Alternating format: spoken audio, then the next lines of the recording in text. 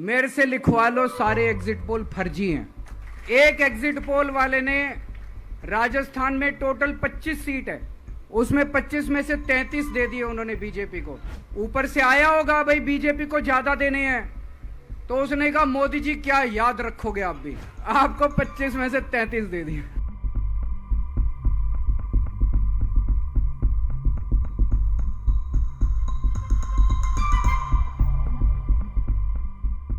अभी कल exit poll आए हैं, मेरे से लिखवा लो, सारे एग्जिट पोल फर्जी हैं, बिल्कुल फर्जी हैं।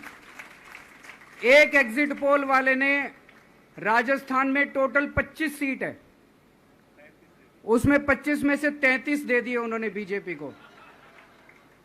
ऊपर से आया होगा भाई बीजेपी को ज्यादा देने हैं, तो उसने कहा मोदी जी क्या याद रखोगे आप भी, आपको 25 में से 33 दे दिए।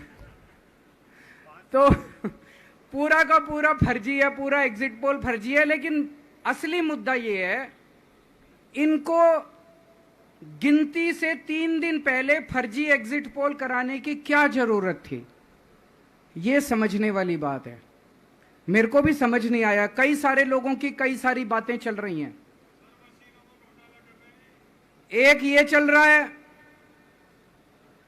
कि इन्होंने मशीनों का घोटाला कर दिया, लेकिन मैंने संदीप पाठक को भी बोला है और मैं सारे इंडिया गठबंधन की पार्टियों को बोलना चाहता हूं, अपने अपने काउंटिंग एजेंट को बोल दो पूरी तरह से सतर्क रहे।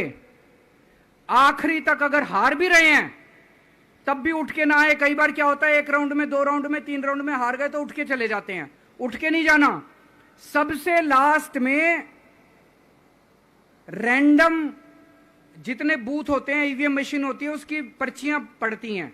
उन पर्चियों में से 5% पर्चियां उठाई जाती हैं। उन 5% ईवीएम की मैचिंग वीवीपैट की स्लिप से कराई जाती है।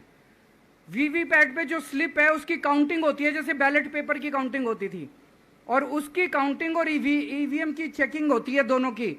एक भी मशीन अगर मैच ना करे तो वहां चुनाव रद्द कर दिया जाता है। तो अगर आपने ये चेकिंग कर ली वहां पे, तो इसका मतलब फिर ईवीएम का घोटाला हम बचा सकते हैं। फिर ईवीएम के घोटाला अगर कर रखा इन्होंने तो हम उसको एक्सपोज कर सकते हैं। तो सब लोगों ने लास्ट तक रुक के, आपका कैंडिडेट हार भी रहा है तब भी आखिरी तक रुक के आपको ये ईवीएम की चेकिंग करा के आनी है, ईवीएम और वीवीपैट की मैचिंग करा के आनी है।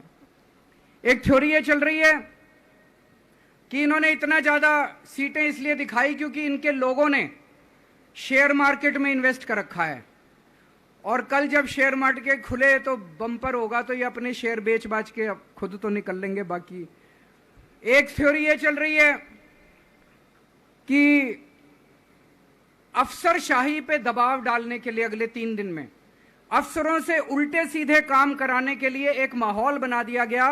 भाई आ तो हम ही रहे हैं, तो हमारी बात मानो, उल्टे सीधे काम करो, काउंटिंग में गड़बड़ कराएंगे, सब कुछ करेंगे।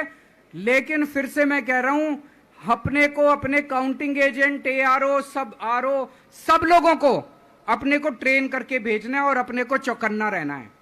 बाद में हम कहते रहे इन्होंने ये कर दिया, उसका कोई फायदा नहीं होगा। अभी अपने को चौकन्ना रहना है। एक थ्योरी ये चल रही है कि अगर इन्होंने कल ही कम सीट दिखा दी होती एग्जिट पोल वालों ने, तो हो सकता है कि इन दोनों के खिलाफ आरएसएस में और बीजेपी में कल ही बगावत शुरू हो जाती। 4 तारीख तक इंतजार ही नहीं होता, हो सकता है।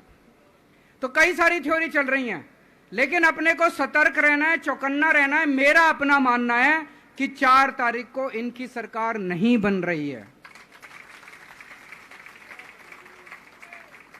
ये एग्जिट पोल से घबराने की जरूरत ही नहीं है, माइंड गेम है इनका, माइंड गेम खेल रहे हैं। आपको डिस्करेज करने के लिए, डिप्रेशन में डालने के लिए बिल्कुल नहीं जाना। आप उससे जाओ कि आप जीत रहे हो, आप अपने उस कॉन्फिडेंस से जाओ कि आप जीत रहे हो, और आखिरी तक आपको बैठे रहना है, किसी भी हालत में बैठे रहना है आपको। हमें हर एक को लड़ना पड़ेगा।